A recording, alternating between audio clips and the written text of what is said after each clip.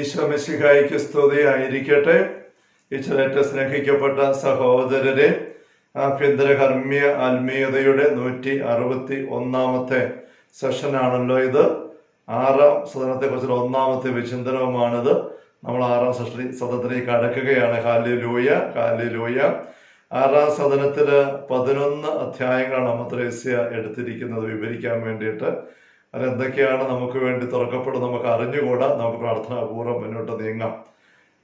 1-ാം അധ്യായം ഉന്നതമായ ദാനങ്ങളും ഉഗ്രമായ ക്ലേശങ്ങളും എന്നാണ് അമ്മ ത്രേസ്യ പറയുന്നത്. 1-ാം ഖണ്ഡിക. പരിശുദ്ധാത്മാവിന്റെ സഹായത്തോടെ 6-ാം സദനത്തിന്റെ പ്രതിപാദനം നമുക്ക് ആരംഭിക്കാം. ആത്മാവ് അവിടെ ദിവ്യ മണവാളിൽ നിന്നും ക്ഷതമേറ്റിരിക്കുകയാണ്. തന്നിമിത്തം ഏകാന്തതയ്ക്ക് കൂടുതൽ അവസരം ഉണ്ടാക്കാനാണ് അവളുടെ ശ്രമം. അതിന് വിഘ്നം വരുത്തുന്ന സകലവും വർജിക്കുവാൻ അവൾ സർവാത്മനായി യത്നിക്കുന്നു.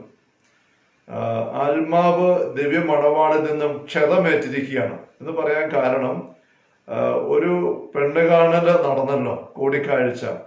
ആ കൂടിക്കാഴ്ചയില് ആത്മാവിന് തമ്പുരാനുമായി വലിയ അടുപ്പം, ഇഷ്ടം ആയിക്കഴിഞ്ഞു. ഇനി പിരിയാൻ മേല, ഈ വ്യക്തി ഈ തമ്പുരാനെ തന്നെ എനിക്ക് സ്വന്തമാക്കണം. അങ്ങനെ ഒരു വലിയ പ്രേമാതുരത എന്ന് പറയുന്ന പോലെ നമ്മൾ ഉത്തമഗീതത്തിനകത്ത്, പാട്ടിനകത്ത് മണവാളനെ ഓർത്ത് ഇങ്ങനെ കരഞ്ഞ് വിലവിളിച്ച് അന്വേഷിച്ചുകൊണ്ട്, അവനെ കണ്ടോ, നിങ്ങൾ കണ്ടോ, അവൻ എവിടെയാന്ന് കണ്ടോ, എനിക്ക് അവനെ കൂടാതെ പറ്റുകയില്ല, അവനെ മുറിവേൽപ്പിച്ചിട്ട് പോയിരിക്കുകയാണ്, എനിക്ക് അവനെ കിട്ടണം, അവനെ കൂടാതെ പറ്റുകയില്ല എന്ന് പറഞ്ഞ് മണവാട്ടി ഇങ്ങനെ കരഞ്ഞുകൊണ്ട് അന്വേഷിച്ചിറക്കുന്നതായിട്ട് നമ്മൾ കാണുന്നുണ്ട്.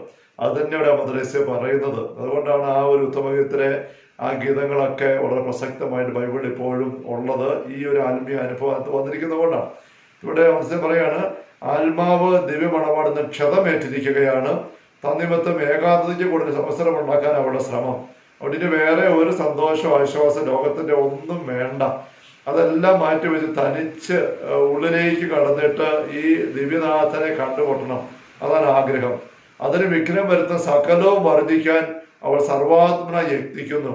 ഈ തമ്പുരാന്റെ കൂടെ ആയിരിക്കാൻ, അവിടുത്തെ അനുഭവിക്കാൻ, അവിടുത്തെ കണ്ടെത്താനും വേണ്ടിയിട്ട് എങ്ങനെ എവിടേക്ക് മാറാൻ പറ്റും, ബാക്കി എല്ലാം ഒഴിവാക്കി അങ്ങനെ പോകാനുള്ള യത്നമാണ്. അവിടുത്തെ ഒരു കാഴ്ച, ദർശനം എത്ര മോഹനമായിരുന്നു. അതായത് പെണ്ണ് കാണല്, കൂടിക്കാഴ്ച, ഒരു അനുഭവം തമ്പുരാൻ തന്നു, ഒരു കാഴ്ച. അതെങ്ങനെ എപ്പോഴാന്നൊക്കെ ഉള്ളത് നമ്മൾ കഴിഞ്ഞ ശാമത്തെ പറഞ്ഞത്, എങ്ങനെയാ കണ്ടത്, എങ്ങനെയാ ബോധ്യം കിട്ടിയത്, അതൊന്നും അറിയത്തില്ല, വിവരിക്കാൻ അറിയത്തില്ല. പക്ഷെ തമ്പുരാന്റെ സാന്നിധ്യം ഉറപ്പായിട്ട് കിട്ടി, അത് ഉണ്ടെന്നറിയാം. പക്ഷെ ആ ഒരു അനുഭവം എപ്പോഴും ഇല്ല. അത് അമ്മത്തെ പറഞ്ഞ് ഓർമ്മിച്ചോണം. നമ്മുടെ ഉള്ളില് തമ്പുരാൻ നമ്മുടെ ഉള്ളിലുണ്ട് എന്നുള്ള ശക്തമായ, വ്യക്തമായ ഒരു അവബോധ അനുഭവം നമുക്ക് കിട്ടി. ആ അനുഭവം ചിലപ്പോൾ അല്പസമയത്തേക്കൂടെ, എത്ര നേരം ഉണ്ടെന്ന് അറിഞ്ഞുകൂടാ, എത്ര അനുഭവിച്ചതുപോലെ നമുക്ക് അറിഞ്ഞുകൂടാ.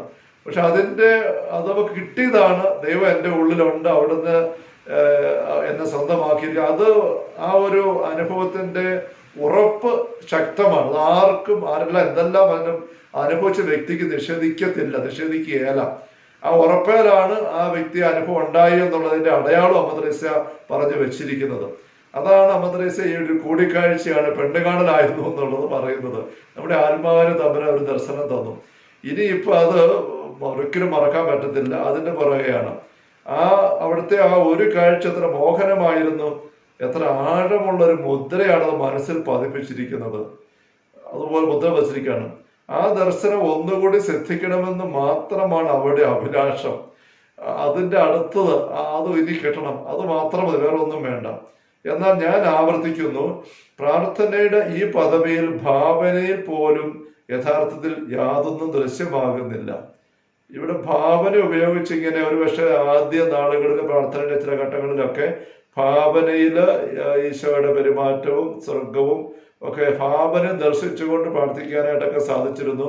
ഈ ഒരു സ്റ്റേജ് വരുമ്പോൾ ഭാവന മുതലായ നമ്മുടെ അന്തശക്തികൾ, സഹായികളൊക്കെ, കഴിവുകളൊക്കെ ഏതാണ്ട് വേറൊരു അവസ്ഥയിൽ അവർക്ക് കയറി വരാൻ പറ്റും. അതിനപ്പുറമാണ്, അവരുടെ റീച്ചിന് അല്ലെ എത്തിപ്പിടിക്കലിന് അപ്പുറമുള്ള കാര്യങ്ങൾ ആത്മാവ് സംഭവിച്ചുകൊണ്ടിരിക്കുന്നത്.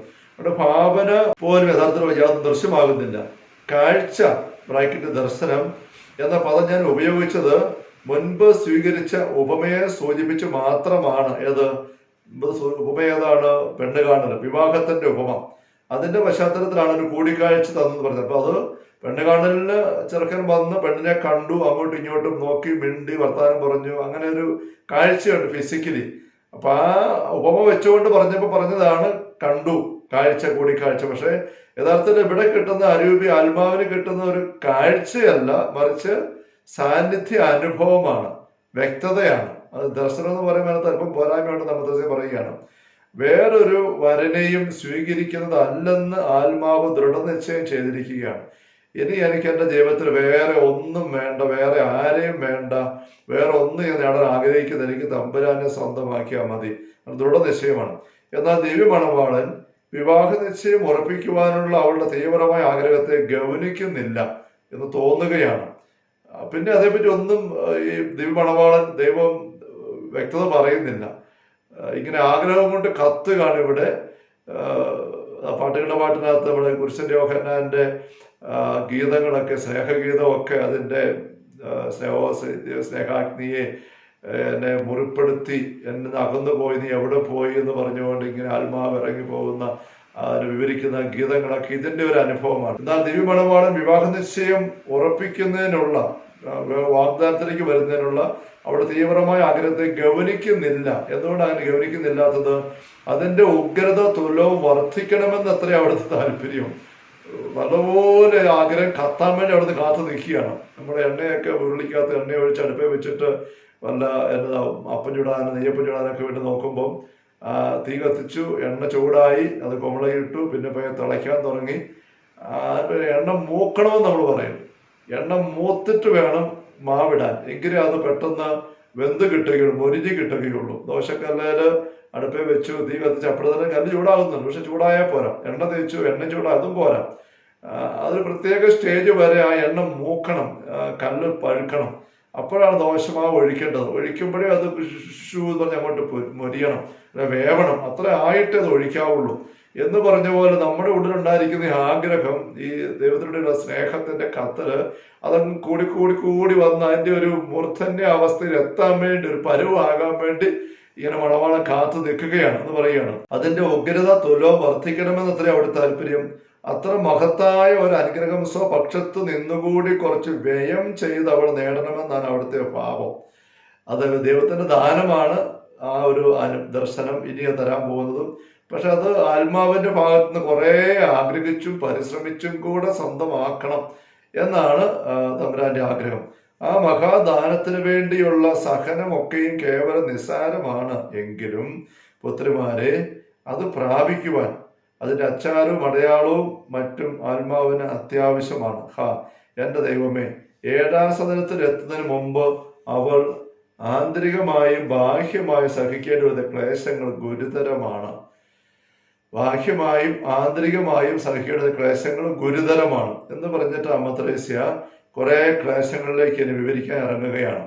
അത് ആദ്യം ബാഹ്യമായ ക്ലേശങ്ങൾ, പിന്നെ ആന്തരികമായ ക്ലേശങ്ങളിലേക്ക് അമ്മ ത്രേസ്യ വരികയാണ്. എന്തൊക്കെയാണ് അമ്മ ത്രേസ്യ പറയുന്നതായാൽ ബോധ്യപ്പെട്ട് പങ്കുവെക്കുന്ന ക്ലേശങ്ങൾ നമുക്ക് നോക്കാം. അതിനു മുമ്പ് പൊതുവായിട്ടൊരു ഖണ്ഡികം കൂടെ, 2-ാം ഖണ്ഡിക. സ്വഭാവത്താലെ ബലഹീനരായ നമുക്ക് മേൽപ്പറഞ്ഞ ക്ലേശങ്ങളുടെ കാഠിന്യം മുൻകൂട്ടി ബോധ്യമാകുന്ന പക്ഷം, സ്വഭാവത്താലെ ബലഹീനര്, അപ്പൊ നമുക്കെന്ന് പറയുമ്പോൾ അമ്മ ത്രേസ്യ സിസ്റ്റേഴ്സിനെ ഉദ്ദേശിച്ച് എഴുതുന്നതുകൊണ്ട് നമ്മൾ സ്ത്രീകള്, സഹോദരിമാര് നമ്മൾ ബലഹീനരാകുന്ന ഒരു ആശയം അമ്മ ത്രേസ്യ പലപ്പോഴും പങ്കുവെക്കുന്നുണ്ട്.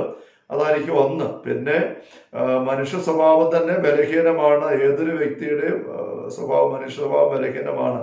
അതുകൊണ്ട് മേൽപ്പറഞ്ഞ ക്ലേശങ്ങളുടെ കാഠിന്യം മുൻകൂട്ടി ബോധ്യമാകുന്ന പക്ഷം അവ സഹിക്കുന്നത് കൊണ്ടുള്ള പ്രയോജനം എത്ര ആകർഷകമായി നമ്മുടെ മുമ്പിൽ അവതരിപ്പിക്കപ്പെട്ടാലും 7-ാം സദനത്തിൽ ചെല്ലുന്നവരെ അവയെ നേരിടാൻ ദൃഢചിത്തതയോ സഹിക്കാൻ ധീരത നമുക്ക് ഒരിക്കലും ഉണ്ടാവുകയില്ലെന്ന് അവയെക്കുറിച്ച് ഓർക്കുമ്പോൾ ചിലപ്പോഴൊക്കെ വാസ്തവത്തിൽ ശങ്കിച്ചു പോകാറുണ്ട്.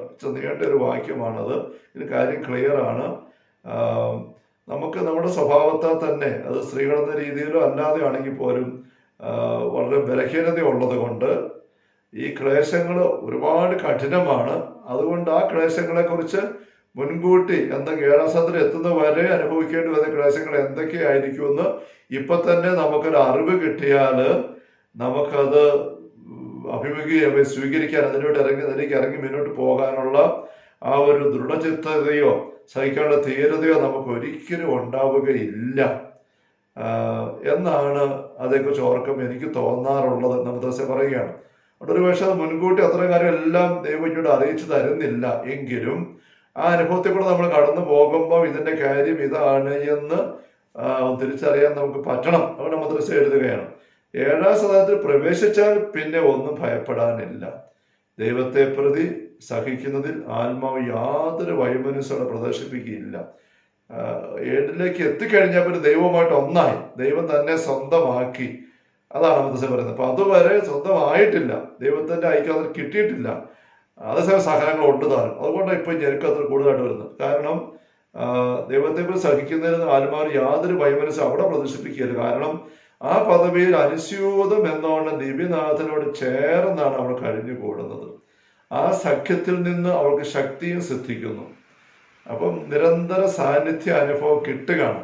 അതുകൊണ്ട് ഒരു ശങ്കയില്ല, ശക്തി കിട്ടും അതിനകത്തുനിന്ന്.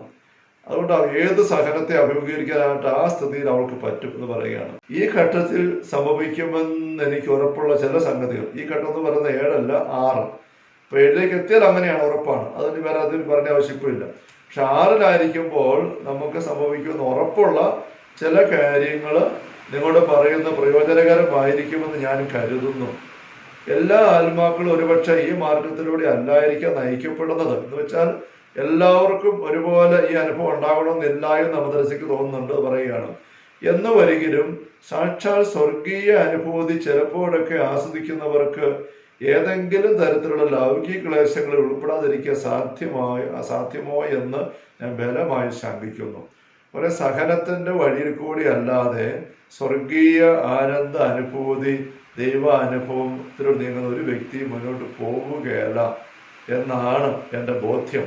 എല്ലാവർക്കും ഒരുപോലെ അല്ലായിരിക്കും എങ്കിൽ പോലും നമ്മൾ അനേക വിശുദ്ധരെ പറ്റി ചിന്തിക്കുമ്പോൾ നമ്മൾ അതിശയത്തെ ചിന്തിക്കുക. അവർ ഒരുപാട് സഹനങ്ങളൊക്കെ കടന്നു പോയിട്ടുള്ളവരാണ്. നമ്മുടെ കൊച്ചുത്രേസ്യ എത്ര ഭീകരമായ സഹനത്തിൽ കൂടി അവസാനം കടന്നുപോയി. 24 വയസ്സുള്ളപ്പോൾ തീർന്നു. അൽഫോൻസാമ ഒന്നും പറയേണ്ട ആവശ്യമില്ലല്ലോ. പൗഷ്ട്യന ഡയറിയിൽ കാണുന്ന എന്തുമാത്രം രോഗങ്ങളുടെ അനുഭവങ്ങളാണ് പൗഷ്ട്യന അനുഭവിച്ച് പങ്കുവെച്ചത്. അസീസി പുണ്യവാനും പഞ്ചക്ഷതകളും മറ്റു രോഗങ്ങളുമായിട്ട് എന്തുമാത്രം സഹനത്തിൽ കൂടെ കടന്നുപോയ വ്യക്തികളാണ്. നമ്മുടെ എഫ്രാസിയാമ്മ നിരന്തര രോഗത്തിന്റെ ആളായിരുന്നു. 25-22 വയസ്സുള്ളപ്പോൾ എഴുതിയ കത്തുകളാണല്ലോ ലിഖിതങ്ങൾ. അതിനകത്ത് പങ്കുവെക്കുന്ന രോഗങ്ങളെ ക്ലേശങ്ങൾ എന്തുമാത്രം സഹനങ്ങളാണ്. മറിയം ത്രേസ്യയുടെ അനുഭവം വ്യത്യാസമൊന്നുമല്ല. അങ്ങനെയുള്ള ഒത്തിരി സഹനങ്ങളിലൂടെയാണ് അവരെല്ലാം കടന്നു പോയിട്ടുള്ളത്. പക്ഷെ അങ്ങനെ കടന്നു പോകുമ്പോൾ അതിനെ അഭിമുഖീകരിക്കാൻ അവർക്ക് സാധിച്ചിരുന്നു. അതിനപ്പുറം നിൽക്കാൻ അവർക്ക് പറ്റിയിരുന്നു. അതെങ്ങനെയാണ് സാധിച്ചത്? അത് അവർക്ക് ഈ ദൈവവുമായുള്ള ഐക്യത്തിൽ നിന്നാണ്. ദൈവത്തിന്റെ സാന്നിധ്യം അവർ നിരന്തരം അനുഭവിച്ചിരുന്നു. അൽഫോൻസാമ തന്നെ അത് ബാഹ്യമായ രീതിയിൽ പോലെ ഈശോയുടെ ദർശനം സാന്നിധ്യം കിട്ടിയതിനെ കുറിച്ച് പങ്കുവെക്കുന്ന നമ്മൾക്ക് ശ്രദ്ധിച്ചിട്ടുണ്ടല്ലോ. അപ്പൊ അങ്ങനത്തെ ഒരു അനുഭവത്തിലൂടെയാണ്, ഒരുപാട് സഹനങ്ങളിലൂടെ ഈ വിശുദ്ധരൊക്കെ, പൗലോസപ്പോസ്തലന്റെ സഹനങ്ങളുടെ ചരിത്രം തന്നെ അദ്ദേഹം തന്നെ പങ്കുവെക്കുന്നത് 2 കൊരിന്ത്യർ 11 നമ്മൾ വായിക്കുന്നുണ്ട്. ഒരുപാട് പീഡാസഹനങ്ങൾ, ബുദ്ധിമുട്ട്, ആന്തരിക ക്ലേശങ്ങൾ എല്ലാമായിട്ട് നീങ്ങുന്നത്. അപ്പൊ അങ്ങനെയുള്ള ഒരു സഹനത്തിന്റെ പാത ഏതെങ്കിലും രീതിയിൽ അനുഭവിക്കാതെ നമ്മൾ ആരും ഈ ഒരു ദൈവാനുഭവത്തിന് യോഗ്യരായി തീരില്ല എന്നാണ് മദ്രസ പറയുന്നത്. അതിന്റെ അർത്ഥം മദ്രസ പറയുകയാണ്, നമ്മളുടെ ഉള്ള് തമ്പുരാന്റെ സ്നേഹമാകുന്ന ആ ഒരു വലിയ കൃപ സ്വീകരിക്കാനുള്ള പാത്രമായിട്ട് നമ്മുടെ ഉള്ളത്തെ പാത്രത്തെ ഒന്ന് മാറ്റിയെടുക്കാൻ, ശുദ്ധീകരിച്ചെടുക്കാൻ, വളർത്തിയെടുക്കാനായിട്ട് ഈ സഹനങ്ങൾ ഉപകരിക്കുന്നു എന്നുള്ളതാണ്. എഫ്രാസ്യാമ്മയുടെ കുടുംബത്തിന് ഒരുപാട് അസ്വസ്ഥത പ്രശ്നം ഉണ്ടാകുന്ന വായിക്കുന്നുണ്ട്. എഫ്രാസ്യാമ്മ മടത്ത് ചേരുമ്പോൾ കുടുംബം നല്ല സാമ്പത്തിക സ്വസ്ഥതയിലും ഒക്കെ വൃതാവത്തിലായിരുന്നു. പക്ഷെ മടത്തിൽ കുറച്ച് വർഷങ്ങൾ കഴിയുമ്പോഴേക്കും കുടുംബമെല്ലാം സാമ്പത്തികമായിട്ട് തകർന്ന് ആങ്ങളമാരും നത്തുമാരൊക്കെ ഒരു നേരത്തെ ഭക്ഷണം പോലും കഴിക്കാൻ മാർഗമില്ലാതെ എല്ലാം വിറ്റ് തുലഞ്ഞ് ഒന്നുമില്ലാത്ത അവസ്ഥയിൽ കഷ്ടപ്പെടുന്നത് കണ്ടും കേട്ടും അത് അറിഞ്ഞും തന്നെ എഫ്രാസ്യാമ്മയ്ക്ക് നീങ്ങേണ്ടി വന്നിട്ടുണ്ട്. അതൊക്കെ ഒരു സഹനമാണ്. അപ്പൊ ഇങ്ങനെയുള്ള സഹനങ്ങൾ വ്യക്തി ജീവിതത്തിൽ ബന്ധപ്പെട്ട മേഖലകളിലൊക്കെ ഉണ്ടാകുന്നത് ഈ ആത്മീയ അനുഭവത്തിന്റെ ഒരു തലമാണ് എന്ന് അമദ്രേശ്വര മുന്നറിയിപ്പ് പറയുകയാണ്. എന്നിട്ടാണ് ഇനി അടുത്ത അതിന്റെ വിവരണങ്ങളിലേക്ക് വരുന്നത്. നമുക്ക് അടുത്ത സെഷനിൽ കാണാം. Hallelujah, hallelujah. കർത്താവേ ഈശോമിശിഹായുടെ സമൃദ്ധമായ കൃപയും അനുഗ്രഹങ്ങളും പിതാവായ ദൈവത്തിന്റെ അവർണ്ണനീയമായ സ്നേഹവും പരിശുദ്ധാത്മാവായ ദൈവത്തിന്റെ നിരന്തരമായ സഹവാസവും നാം എല്ലാവരും കൂടെ ഉണ്ടായിരിക്കട്ടെ, എപ്പോഴും എപ്പോഴും എന്നേക്കും. ആമേൻ. ഈശോ മിശിഹായ്ക്ക് സ്തുതിയായിരിക്കട്ടെ.